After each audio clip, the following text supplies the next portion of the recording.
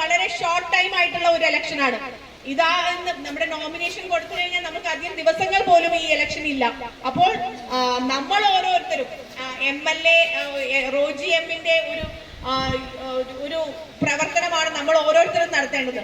നമ്മളൊരു കാൻഡിഡേറ്റ് ആണെന്നുള്ള രീതിയിൽ വേണം നമ്മൾ ഓരോ വീടുകളും കയറി ഇറങ്ങി നമ്മുടെ പ്രയാസങ്ങളും നമ്മുടെ ദുരിതങ്ങളും പറഞ്ഞു മനസ്സിലാക്കിക്കൊണ്ട് ഒരു ഭരണമാറ്റം ഉണ്ടാവുന്നതിന് വേണ്ടിയിട്ട് അങ്കമാലി നമ്മുടെ കൂടെ ഉണ്ടാവും, മറ്റു സ്ഥലങ്ങളും നമ്മുടെ കൂടെ ഉണ്ടാവും എന്ന് തന്നെ പറഞ്ഞ് ആ ഒരു ഭരണത്തിലേക്ക് നമ്മുടെ ബഹുമാന്യനായ MLA-യുടെ ഭൂരിപക്ഷം കൂട്ടുന്നതിന് വേണ്ടിയിട്ടുള്ള ഒരു പ്രവർത്തനം നമ്മുടെ ഭാഗത്തു നിന്ന് ഉണ്ടാവണം.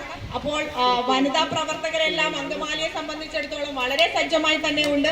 വരും ദിവസങ്ങളിലുള്ള സ്ക്വാഡുകളിലും അതുപോലെ തന്നെ മറ്റു പ്രവർത്തനങ്ങളിലും മഹിളാ കോൺഗ്രസ് പ്രവർത്തകർ ഉണ്ടാവണം എന്ന് മാത്രം പറഞ്ഞുകൊണ്ട് നിങ്ങൾക്ക് എല്ലാവർക്കും എല്ലാവിധ അഭിവാദ്യങ്ങളും നേർന്നുകൊണ്ട് ഇത് ഉദ്ഘാടനം ചെയ്ത് പ്രഖ്യാപിച്ചുകൊണ്ട് നിർത്തുന്നു. നന്ദി, നമസ്കാരം.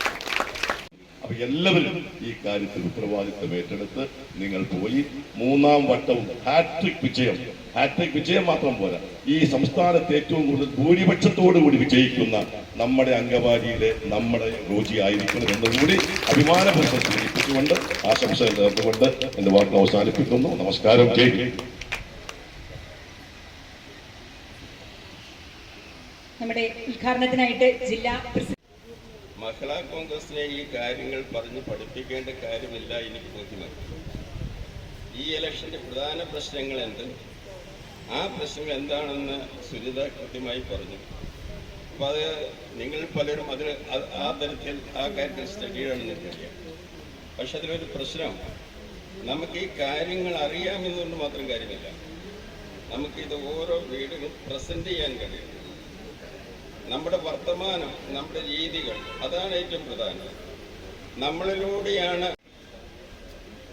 ബഹുമാന്യായ അധ്യക്ഷ, വേദിയിലെ ഉദ്ഘാടക ബഹുമാനപ്പെട്ട ജില്ലാ പ്രസിഡന്റ് ശ്രീമതി സുനില സെബി, വേദിയിൽ സദസ്സിൽ സന്നിഹിതരായിരിക്കുന്ന നേതാക്കന്മാരെ, പ്രിയമുള്ള സഹപ്രവർത്തകർ, ഇനിയൊരു പ്രസംഗത്തിൻ്റെ ഒന്നും ആവശ്യമില്ല.